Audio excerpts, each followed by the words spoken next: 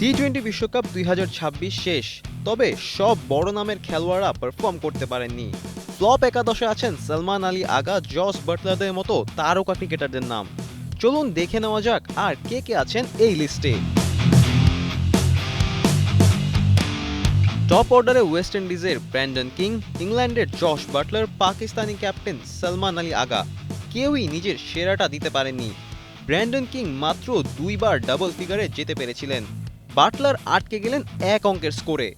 সালমান আলী আগা শুধু 60 রান করতে পেরেছেন 7 ম্যাচে। মিডল অর্ডারেও হতাশা।